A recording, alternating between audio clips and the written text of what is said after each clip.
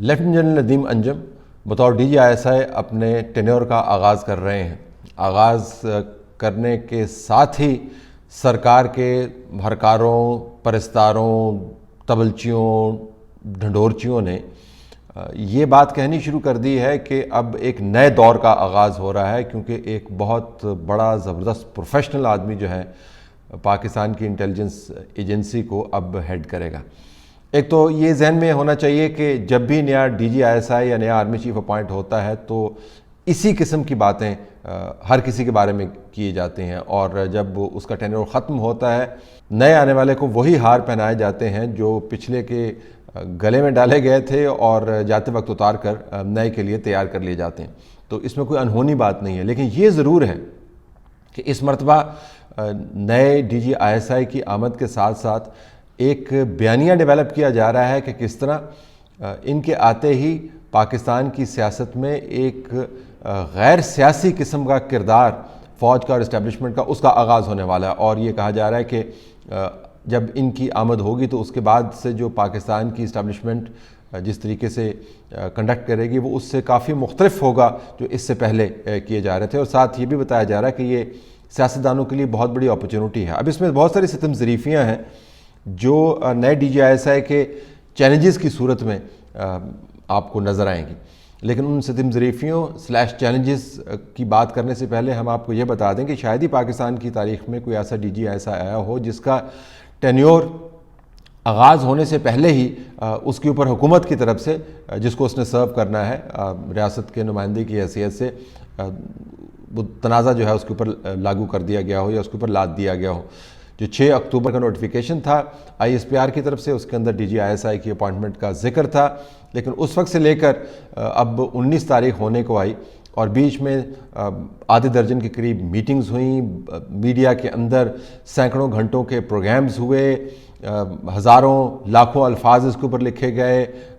سینکڑوں کے قریب ٹویٹس ہوئے، اور ایک میڈیا فرینزی ڈیولپ کی گئی کہ کیسے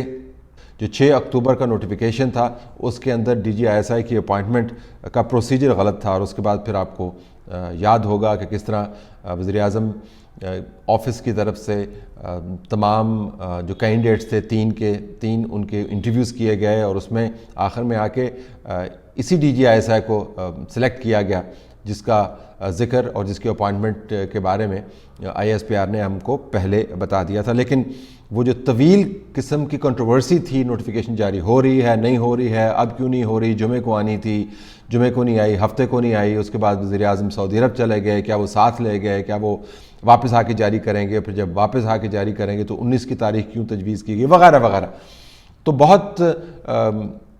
کم ایسا ہوتا ہے کہ کسی اپوائنٹمنٹ کے بارے میں اس کینڈیڈیٹ کے چارج سنبھالنے سے پہلے ہی اتنی بڑی کنٹروورسی شروع کر دی جائے جس سے اس کینڈیڈیٹ کا کوئی تعلق واسطہ بھی نہ ہو۔ تو جنرل صاحب یہ تو سوچتے ہوں گے کہ میں نے کیا ہے کہ جس کی وجہ سے میں تقریباً 45 دن جو ہے وہ میڈیا کے اندر میرا نام ڈیبیٹ ہوتا رہا، اور جب آپ کسی انٹیلیجنس ایجنسی کو ریپرزینٹ کرتے ہیں تو آپ چاہتے ہیں کہ آپ ایک لو کی طریقے سے اپنے آفس کو سنبھالیں اور آرام سے اپنا کام کریں، کیونکہ انٹیلیجنس کا کام جو ہے وہ دوسرے عہدوں کی نسبت بہت مختلف ہوتا ہے، اور عموماً تصور یہ کیا جاتا ہے کہ کم از کم کام کے آغاز کے اندر آپ اپنے جو نئی ذمہ داریاں ہیں ان کے بارے میں جانکاری کریں، جان پائیں، بریفنگز لیں اور خاموشی کے ساتھ چارج اسیوم کریں۔ بعد میں ذرا پاکستان کے حالات اس قسم کے ہیں کہ آپ لو پروفائل نہیں رہ سکتے، لیکن آغاز میں کم از کم اس قسم کا تنازع آپ نہیں چاہتے، اور جنرل صاحب کی اپوائنٹمنٹ سے تو پہلے ہی ان کو خبروں کی نظر بنا دیا گیا، اگرچہ اس میں ان کا اپنا کوئی قصور نہیں ہے۔ ان کی اپوائنٹمنٹ ہوئی پنڈی کی طرف سے، اس کو انڈورس ہو جانا چاہیے تھا، اس کے اندر بہت بڑی کنٹروورسی کوئی نہیں تھی، لیکن بنا دی گئی۔ بہرحال ایک تو یہ کہ ان کا آغاز جو ہے ان کی مرضی اور منشا اور جو روایات ہیں اس طریقے سے نہیں ہوا۔ دوسری بات یہ کہ جب یہ کہا جاتا ہے کہ اب ان کے آنے کے بعد کوئی بہت بڑی تبدیلی آئے گی اسٹیبلشمنٹ کی آؤٹ لک میں، تو اس میں بہت بڑی ستم ظریفی یہ ہے کہ اصل میں یہ تمام کے تمام لوگ جو یہ بیانیہ بنا رہے ہیں وہ آپ کو یہ بتا رہے ہیں کہ ان کے آنے سے پہلے جو کام ہو رہا تھا وہ تو انتہائی سیاسی قسم کا کام تھا، وہ ایسا کام تھا جس نے سیاستدانوں کے لیے سپیس جو ہے وہ کم کی ہوئی تھی، اور وہ تمام کام جو انٹیلیجنس چیفز کو نہیں کرنے چاہیے آئین اور قانون کے مطابق، شاید اس قسم کے کام ممکنہ طور پر ہو رہے ہوں۔ تو یہ آپ کو بین السطور یہ بات بتائی جا رہی ہے، کیونکہ اگر یہ کام نہ ہو رہا ہوتا پہلے تو پھر یہ کہنے کی ضرورت محسوس نہ ہوتی کہ جو نیا D G I S I آئے گا، ان کے آنے کے بعد جو ہے ایک پولیٹیکل قسم کا ماحول بن جائے گا، یعنی غیر سیاسی قسم کا ان کا پروفیشنل کنڈکٹ ہوگا، اور جس سے سیاستدانوں کو از خود پھلنے پھولنے کا موقع ملے گا۔ تو یہ کہنے کی ضرورت محسوس نہ ہوتی، لیکن چونکہ یہ کہا جا رہا تو اس سے آپ کو پتہ چلتا ہے کہ نئے D G I S I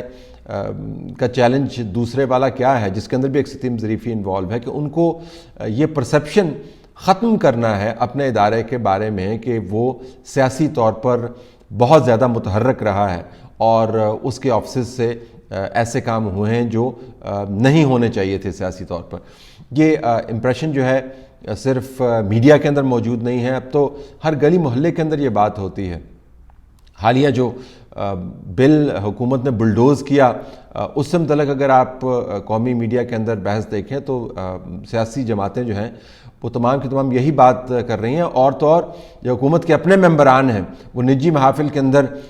شاید اپوزیشن لیڈران سے زیادہ کھل کے بات کرتے ہیں اور بتاتے ہیں کہ کہاں پر کس نے ان کو کیسے ٹیلی فون کیا۔ اس سے پہلے آپ دیکھ چکے ہیں کہ دوسرے کیسز میں جوڈیشری کے حوالے سے نام آتا رہا، چاہے اس کا تعلق جسٹس صدیقی کے کیس سے ہو، اس کا تعلق جسٹس قاضی فائز عیسیٰ کے کیس سے ہو، یا پاناما کیس سے ہو، تو تسلسل کے ساتھ جوڈیشری کے ساتھ جو انگیجمنٹ ہے اس میں نام آتا رہا۔ صحافیوں کے اوپر جو افتاد آتی ہے اس حوالے سے تنازع جو ہے وہ شروع ہو جاتا ہے۔ جب سیاسی جماعتیں جوڑ توڑ کا شکار ہوتی ہیں تو اس حوالے سے ایک آپ کو حالیہ تاریخ میں بہت مرتبہ انٹیلیجنس اداروں کا نام آتا ہے۔ تو یہ ایک پوری تاریخ ہے۔ اب یہ بہت مشکل ہوگا کہ نیا D G I S I آئے اور وہ بٹن جو ہے جس کے ذریعے تمام کام ہو رہا تھا اس کو آف کر دیں، کیونکہ ایسا بٹن ہے نہیں۔ یہ تو ایک تسلسل ہے ایک پاکستان کے اندر طاقت کے کھیل کو چلانے کا۔ تو اس طاقت کے کھیل کو چلانے کے لیے جو سوچ ہے وہ بٹن کے ساتھ تو منسلک نہیں ہے۔ تو یہ عجیب و غریب قسم کا چیلنج ہے ان کے لیے کہ توقع یہ کی جا رہی ہے کہ پیچھے جو بھی ہوتا رہا 4-5 سال میں اس کو یکدم وہ بٹن گھمائیں اور وہ اس کو بند کر دیں اور سب کچھ ٹھیک ٹھاک ہو جائے گا۔ ٹھیک ٹھاک نہیں ہوگا، اور یہ ان کا سب سے اہم چیلنج ہے۔ ٹھیک ٹھاک اس وجہ سے نہیں ہوگا کہ پچھلے 4-5 سالوں میں جو کچھ ہوا اس کا کچھ نتائج بھی تو نکلیں گے نا۔ یہ تو ہو نہیں سکتا کہ پچھلے 4-5 سالوں میں خاص طریقے سے طاقت کا کھیل چلایا جاتا ہو اور اس کے بعد یکدم آپ کہیں گے جی کہ اب تو ہم کچھ نہیں کر رہے، اب تو ہمیں مکمل طور پر ہمیں اے پولیٹیکل ہونا ہے اور ہم ڈس انگیج ہو گئے ہیں اور آپ ہماری طرف نہ دیکھیں۔ اگر 4-5 سال سے ایک کام ہو رہا تھا، اس کام کے بڑے بڑے نتائج نکلیں گے، تو ان نتائج کی موجودگی میں نیا D G I S I کیسے اس پرسیپشن کو نگیٹ کر پائے گا؟